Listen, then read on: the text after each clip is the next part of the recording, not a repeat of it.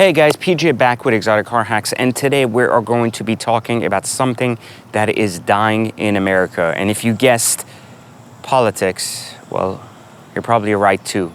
Or people, you're probably right too.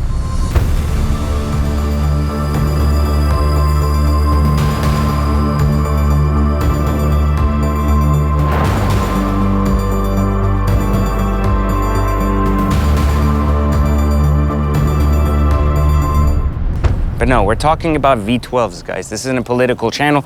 We are talking about the V12 cars that are slowly starting to become extinct. Now, behind me is my 812 GTS with a full Novitec kit.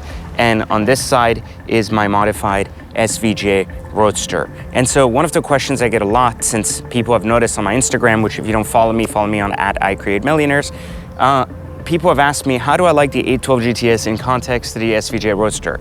And so today I decided to do a quick video to make sure I share with you the differences between the two cars if you've been considering a V12 to keep in your garage, and which one really is the better car altogether. Now make sure you like, subscribe, and turn on notifications for, of course, further videos on both cars. But today we're going to be looking at these two cars specifically from three specific standpoints, as I do with each and every comparison. We're gonna look at design, we're gonna look at usability, meaning like actually the experience of driving, and then thirdly, we're going to look at power and speed. So the first thing we're going to look at here is speed. And yeah, as I've said in these three categories, speed is going to be basically what most people want to know, which one is faster. And so people have argued that this V12 is a faster car.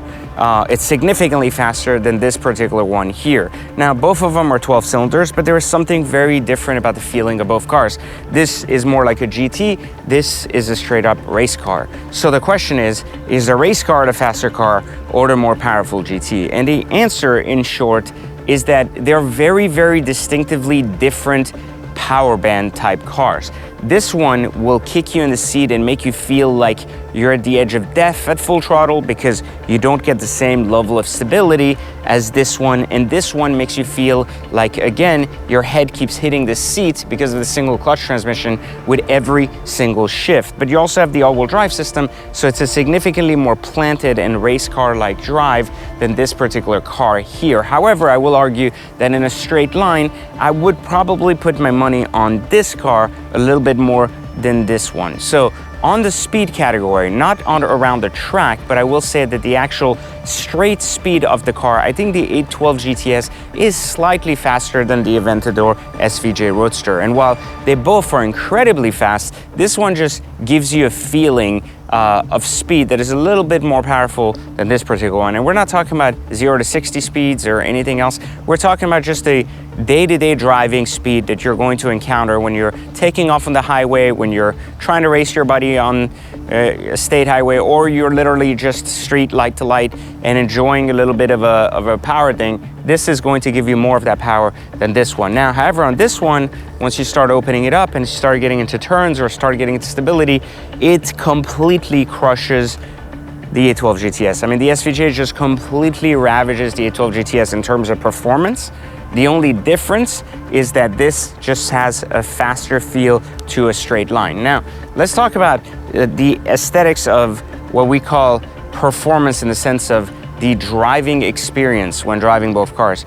The SVJ Roadster has always been one of my favorite cars of all time. Like, meaning as soon as the regular SVJ Coupe came, I understood it. The SVJ Roadster came, I got to really experience it for a while because I've had this car now for quite a long time. And I can tell you that what this car represents, what it does quite well. It doesn't have an identity crisis, it doesn't have an identity issue, and it just pushes the boundary of what Lamborghini has been very, very well. And it does that in beautiful shape, in beautiful design, even though it retains a single clutch transmission.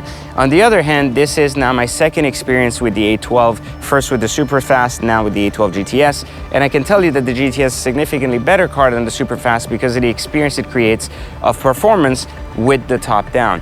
That said, there is significant differences in how you feel driving this car than the SVJ Roadster. You see, this is very much like a GT. If you're a taller person that struggles to get in and out of cars, you like comfort or you like to go out to dinner, you're going to have more fun in this car because you're going to be able to literally sit there and even get head while driving, and it's still going to be an enjoyable experience, right? There is nothing wrong with this car in terms of the experience it creates. Now, the issue for me with this car is that it's a very different experience when you have the option of both cars. So when you have the option of both cars, do I enjoy driving this car as much?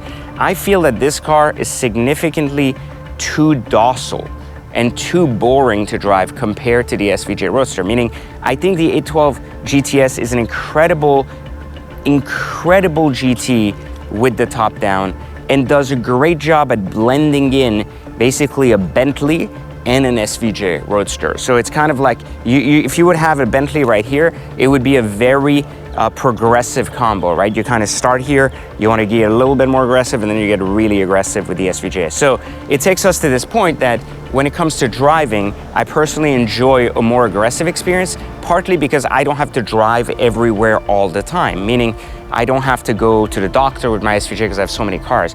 If you, however, only have one car or two cars and want a car that's really versatile, I would say that the 812 GTS is a better bet because the SVJ Roadster is incredibly low, right? Like incredibly low. And in addition to that, it's incredibly wide. There's a lot of hidden spots in the car that you could hit because of its width. And more importantly, this car is incredibly uncomfortable after an hour.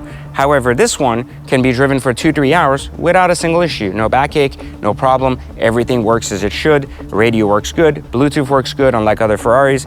And everything that you have in a normal day-to-day car can be had here with the power of Ferrari, with the beauty of Ferrari, and now with the top down. So the 812 GTS, from a perspective of usability, is significantly greater than the SVJ Roadster. But the SVJ Roadster, from the specific driving standpoint of enjoying a Sunday drive, is an incredibly better experience than the 812 GTS. So if I was to choose between the two, and there is a price difference from the standpoint that even with the today's market adjustments, this car is still an $850,000 car, and this car is still a $650,000 car. There is still a $200,000 difference between the two. Even new, this was about $450,000 with the body kit and everything else, about $500K. This, all said and done, exactly modded, with no market adjustment, still a $750K car. So there's always going to be about a $200,000 gap between these two cars. And so they're not necessarily exactly comparable from a dollar standpoint, but they're comparable because I would argue that someone who's going to spend $500K can probably stretch another $200K, even if it's on a loan or in cash. It doesn't make a difference. So are they comparable? They're probably cars that you as a person would consider both. If you have the actual financial resources to buy either, you probably could buy either one. And so if I had to pick one specifically for me, it's still the SVJ Roadster as it pertains to that. Now let's go to design for a second. I've argued in my past reviews of the 812 GTS that the design was somewhat mundane and boring. And now that the Novitec pieces are on, it is significantly more exciting, more refined, and prettier. But it is still very docile compared to the SVJ lines. I would argue that the Aventador SVJ is one of the best looking cars that has ever come out under $2 million. Even though many would argue that it is quite a dated car, they would say, well, it's a dated concept, meaning it's been around for now over 10 years, and the 812 is now a newer concept. I've always said that the F12 was a better, sleeker looking Ferrari. I like the square lines.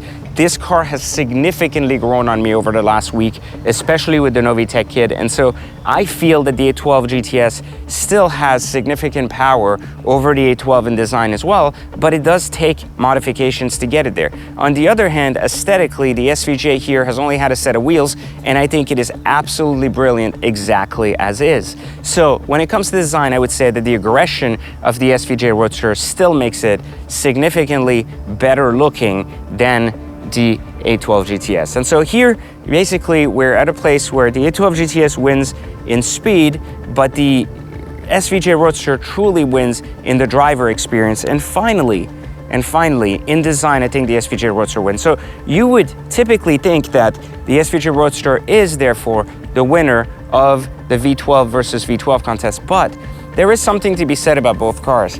they really can't be compared because they aren't the same cars. And this is why I really enjoy sharing with you this experience from an ownership standpoint rather than looking at it from just borrowing a car and driving it and then saying it's good or bad. The difference between owning both cars is that you have to live with them instead of just drive them and see how you enjoy them. And living with them means you have to take them out when you go out to dinner, you have to take them out when you go out for a spirited drive, you have to take them out if you have to make a quick stop at the post office. Doesn't make a difference. You might be in your car, something might come up and you have to live with it.